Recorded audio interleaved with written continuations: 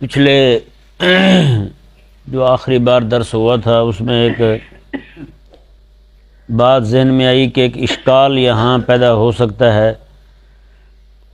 یہود و نصارہ نے یہ کہا کہ نحن ابناء اللہ و احباؤہ، ہم اللہ تبارک و تعالیٰ کے بیٹے اور اس کے پیارے ہیں، لہذا ہمیں تو کوئی عذاب ہونے والا نہیں ہے۔ تو اللہ تبارک و تعالیٰ نے ارشاد فرمایا کہ اللہ تبارک و تعالیٰ نے ارشاد فرمایا کہ تمہیں پھر عذاب کیوں دیا گیا تمہارے گناہوں کی وجہ سے۔ یہاں یہ اشکال پیدا ہوتا ہے کہ عموماً جس کے ساتھ کسی کو محبت ہوتی ہے، پیار ہوتا ہے، تو اس کو ڈانٹ بھی زیادہ پڑتی ہے یا نہیں؟ اس کو ڈانٹ بھی زیادہ پڑتی ہے۔ ممکن ہے کہ یہودی یہ کہیں کہ ہم چونکہ رب تعالیٰ کے پیارے ہیں اور لاڈلے ہیں اور اس کے بیٹے ہیں تو ہمیں ڈانٹ بھی زیادہ پڑی ہے۔ ڈانٹ پڑنے میں جو ہے نا یہ مزید ہماری محبوبیت کی طرف اشارہ ہے۔ جیسے کسی بندے کے بچے ہوتے ہیں یا استاد کے شاگرد ہوتے ہیں، ان میں سے کچھ وہ ہوتے ہیں جو بگڑے ہوئے ہوتے ہیں اور کچھ وہ ہوتے ہیں جو بالکل فرما بردار ہوتے ہیں۔ جو بگڑے ہوتے ہیں ان کو زیادہ کچھ نہیں کہا جاتا ہے یا نہیں، انہیں زیادہ نہیں پکڑا جاتا، اور جو فرما بردار ہوں ان سے تھوڑی سی بھی بات دائیں بائیں ہو جائے تو ان کی اچھی خاصی کلاس لگتی ہے، ان کی طبیعت صاف کی جاتی ہے۔ وہ بعض اوقات ان کے بھی ذہن میں آتا ہے کہ ہم تو اتنے قریبی بھی ہیں، باوجود اس کے اتنے فرما بردار بھی ہیں، تو اتنی سی بات پہ ہمیں ڈانٹ پڑ گئی، انہیں کچھ نہیں کہا گیا۔ اس کی وجہ یہی ہے کہ وہ سمجھتا ہے بندہ، استاد ہے، شاگرد ہے، شیخ ہے، وہ سمجھتا ہے، باپ ہے، اپنے بچوں کے بارے میں سمجھتا ہے، وہ تو دوسرے باقی تو ہیں ہی لفنڈر، انہیں کیا کہنا، وہ تو ہیں ہی بد دماغ، انہیں کیا کہنا۔ لیکن یہ جو ہے یہ فرما بردار ہو کے اس سے اس طرح کی حرکت کا سرزد ہونا، یہ بڑی تکلیف دہ بات ہے۔ آپ نے بھی ایک محاورہ سنا ہوگا، اسے چھٹی نہ ملی جسے سبق یاد تھا، مکتب عشق کا دستور نرالا دیکھا، اسے چھٹی نہ ملی جسے سبق یاد تھا۔ یعنی باقیوں کو چھٹی کو مانگے تو فوراً ٹھیک ہے جی آپ جا سکتے ہیں، کتنی چھٹیاں چاہیے؟ 5 چاہیے، ٹھیک ہے تشریف لے جائیں۔ وہ ایک نے مانگی چھٹی جناب 1 دن کی چاہیے، انہوں نے کہا نہیں ہے جی، انہوں نے کہا آدھے دن کی، اس نے کہا وہ بھی نہیں ہے۔ وہ بھی بعد اوقات سوچتا ہے یار سبق میں صحیح سناتا ہوں، مجھے تو چھٹی دینی چاہیے۔ حالانکہ ہونا یہ چاہیے کہ اسے بھی سمجھنا چاہیے کہ جن کو چھٹی مل رہی ہے وہ تو ہیں ہی فارغ ہیں، تجھے استاد چھٹی اس لیے نہیں دے رہا کہ کہیں تو بھی ان جیسا نہ ہو جائے۔ کہ نہیں سمجھ آیا مسئلہ؟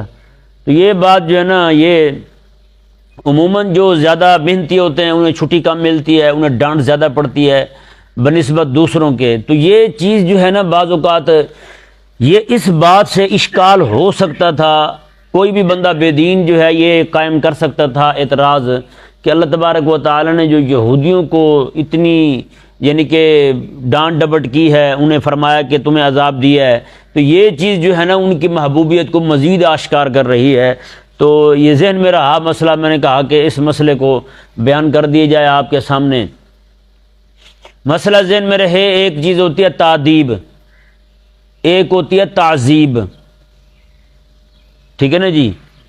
تعدیب یہ ہوتی ہے کہ بندہ کسی کو ادب سکھانے کے لیے سزا دے، اس کے اندر جو عادت بد ہے اسے دور کرنے کے لیے اسے سزا دے، اسے تکلیف میں مبتلا کرے۔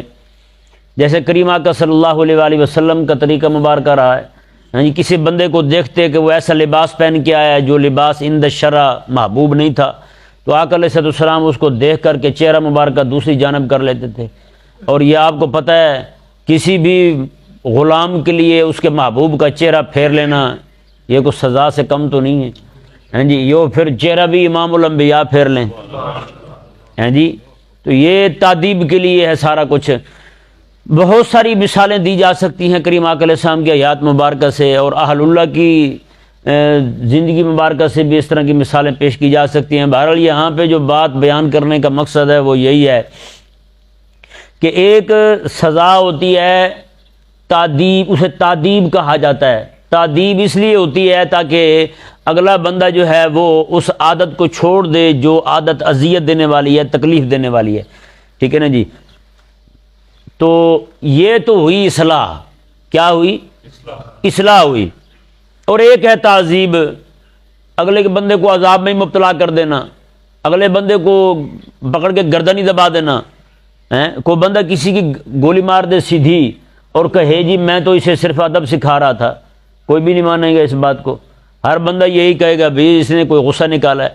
تو خالق اور مالک نے جو ان کے عذابوں کے متعلق کچھ قرآن میں تفصیل بیان فرمائی ہے، ایک پوری قوم ان کی بندر بنا دی گئی، ایک پوری قوم ان کی خنزیر بنا دی گئی. یہ ادب سکھانا تو نہ ہوا، یہ تو عذاب دینا ہوا. ادب سکھانا تعدیب یہ ہوتی ہے کہ اس میں سے عادت بد ختم ہو جائے. لیکن خالق اور مالک نے پوری قوم کو بندر بنا دیا، پوری قوم کو خنزیر بنا دیا. ایک روایت کے مطابق ان کے مردوں کو خنزیر اور ان کی عورتوں کو بندریا بنا دیا. ٹھیک ہے نا جی. اب بتائیں اس کی ماہیت ہی بدل جائے تو اس کی کون سی اصلاح ہو رہی ہے؟ بے بتائیں کہ نہیں سمجھ آ رہی؟ تو یہ ذہن میں رہے ان کو جو عذاب آئے، یہ عذاب ان کے بطور تعذیب کے نہیں تھے، بطور تعذیب کے تھے. سمجھایا نا مسئلہ؟ یہ ایسے ہی بالکل جیسے قیامت والے دن مومن بندہ بھی جائے گناہ گار جہنم میں، کافر بھی جائے جہنم میں.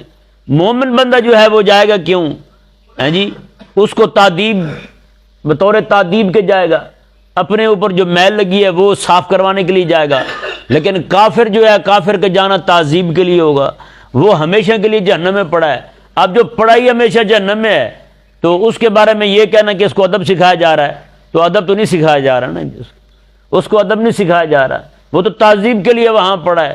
بندہ مومن کا جانا ہو رہا ہے، کافر کا جانا ہو رہا ہے. اسی طرح کر کے اس دنیا کے اندر بہت سارے لوگوں کو تکلیفیں آتی ہیں، پریشانیاں آتی ہیں. بڑے لوگ پریشان ہو جاتے ہیں، او جی دیکھو جی میں تو بڑی نیکیاں کرتا ہوں، پتہ نہیں کون سی ایسا مسئلہ ہو گیا ہے. اور کئی سارے لوگ ایسے ہوتے ہیں جن کے رات دن غلط کاموں میں بسر ہو رہے ہوتے ہیں، وہ کہتے ہیں پتہ نہیں کون سا ایسا غلط کام ہو گیا. او بھائی یہ بھی کوئی پوچھنے والی بات ہے جی؟ ہر بندہ یہاں غور کر سکتا ہے کہ اس کی بیماری جو سے لائق ہوئی ہے، اس کو جو مرض لائق ہوا ہے، آیا کہ وہ بطور تعذیب کے ہے یا بطور تعذیب کے ہے جی؟ اس کو کس لیے بیماری لائق ہوئی، اس کو کس لیے تکلیف لائق ہوئی، اس کو کس لیے مصیبت اس پر آن پڑی کہ وہ بندہ اتنا پریشانی سے دوچار ہو گیا. تو یہ بات جو ہے نا بندہ مومن کے لیے یہ ذہن میں رہے، مرض آئے، بیماری آئے، تکلیف آئے، کوئی جان چلی جائے، یہ مومن بندے کے لیے ہوتی ہے بطور تعذیب کے. کس لیے ہوتی ہے؟ بطور تعذیب کے. عادت بد چھوڑ دے. اور کافر کے لیے ہوتی ہے بطور تعذیب کے، اس کو تکلیف دی جاتی ہے، اسے اذیت میں مبتلا کیا جاتا ہے.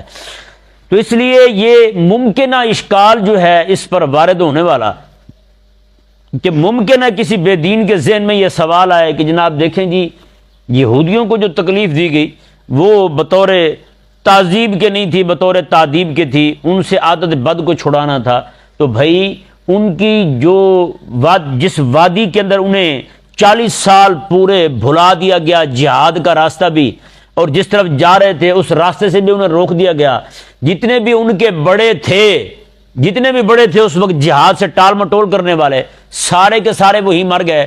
کسی کو جہاد کی توفیق نہیں ہوئی، کسی کو شام کا راستہ تک دکھائی نہیں دیا.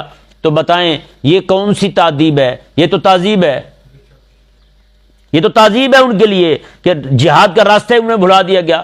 40 سال پورے بھٹکتے رہے، روز جہاں سے سفر شروع کرتے شام کو وہیں کھڑے ہوتے، شام کو جہاں آگے رکتے یہاں سے آگے جائیں گے، وہ سفر کرتے تو شام کے وقت پھر وہیں ہوتے، دوسری شام بھی وہیں، دوسری صبح بھی وہیں. اسی طرح کر کے 40 سال ان کے بیت گئے. پھر ان کے جو بچے تھے وہ جوان ہوئے اس 40 سال عرصے میں. حضرت موسیٰ علیہ السلام کی وہاں وصال شریف ہو گیا آپ کا، ہیں جی؟ حضرت موسیٰ علیہ السلام کا بھی وہاں وصال شریف ہو گیا. اللہ اکبر کبیرہ. اب باقی جو ہیں وہ تو تعذیب کے طور پر جا رہے ہیں. حضرت موسیٰ علیہ السلام کو اللہ تبارک و تعالیٰ نے اپنی مرضی اور منشا پر اپنے پاس بلا لیا، ہیں جی؟ تو یہ مسئلہ ذہن میں رہے. وہاں سے جتنے بھی نوجوان طبقہ بچے تھے جوان ہو گئے، ان کو حضرت یوشع بن نون علیہ السلام لے کر کے جاتے ہیں اور جہاد کرتے ہیں. اس پوری بات سے یہ بات بھی ثابت ہوتی ہے کہ جب قوم کی عادت بگڑ جائے نا، بندہ بوڑھا ہو جائے اور وہ خود ذہنی طور پر غلامی پہ رضامند ہو جائے. آج بھی آپ دیکھ لیں ہمارے جتنے بھی ممالک اسلامیہ ہیں، وہاں کے رہنے والے لوگ، چاہے ان کی حکومتیں کافروں کی ہیں، چاہے ان کے ہاں حکومتیں جمہوری ہیں، وہ سارے کے سارے اپنے آپ کو غلام بنائے ہوئے ہیں.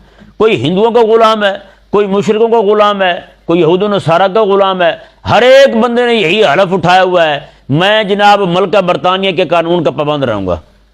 بتائیں، تو یہ ذہن میں رہے مسئلہ، جب تک یہ بوڑھے جو ہے نا، بوڑھے مطلب پرانے ذہن کے لوگ جو ہیں، یہ جب تک تشریف فرما ہے، جب تک یہ پیروں کا طبقہ جن کے دل کے اندر اسلام کے غلبے کی جو ہے نا رمق تک نہیں رہی، جب تک یہ تشریف فرما ہے اور ان کے پرانے مرید جو ہیں وہ تشریف فرما ہیں جن کو صرف اتنا کافی ہے کہ بس ہمارے پیر کا ترا اونچا رہے، چاہے حضور کا دین گلی نالوں میں جاتا ہے تو جائے، انہیں کوئی پرواہ نہیں ہے، یہ کہتے ہیں کہ میرا پیر بس میرا پیر ہے، میرے پیر کا پگڑ اونچا رہے بس، باقی رسول اللہ علیہ السلام کا دین، قرآن رب تعالیٰ کا، باقی مزارات پہ رب تعالیٰ کے اولیاء اللہ کے مزارات پر کفریہ اشعار کی چادریں چڑھائی جانے لگیں تو کہتے ہیں اس سے ہمیں فرق نہیں پڑتا، ہمیں جناب صرف اتنا کافی ہے ہمارے پیر کا پگڑ اونچا رہے بس۔ جب تک یہ قوم موجود ہے آپ توقع نہیں کر سکتے کہ جناب کبھی بھی یہ امت غالب آ سکتی ہے۔